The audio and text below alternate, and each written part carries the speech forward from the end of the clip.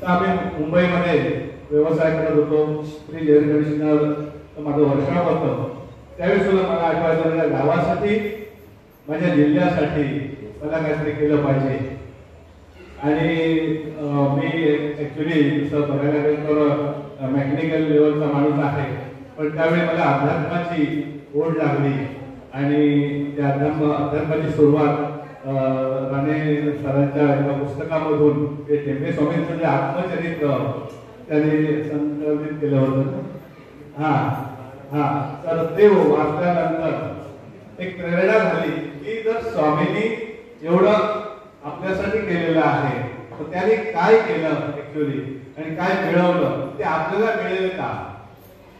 त्यांनी कितीतरी कष्ट घेऊन तपश्चर्या करून जे मिळवलं त्याने तो कुंडलिनी योग मिळवला, तो योग आपल्याला मिळेल का याची मला उत्सुकता होती आणि मला त्याच्यात आवड होती. आणि तुम्हाला सांगतो की शकत होता, आता त्यांनी 10 वेळी शकणार नाही. हे आजच्या शिक्षणाची परिस्थिती झालेली आहे. पाहिजे बघा तुम्ही, कारण पाठांतर केलं, पाठांतर कोणत्या स्वरूपाचं नाही, इंग्रजी म्हटलं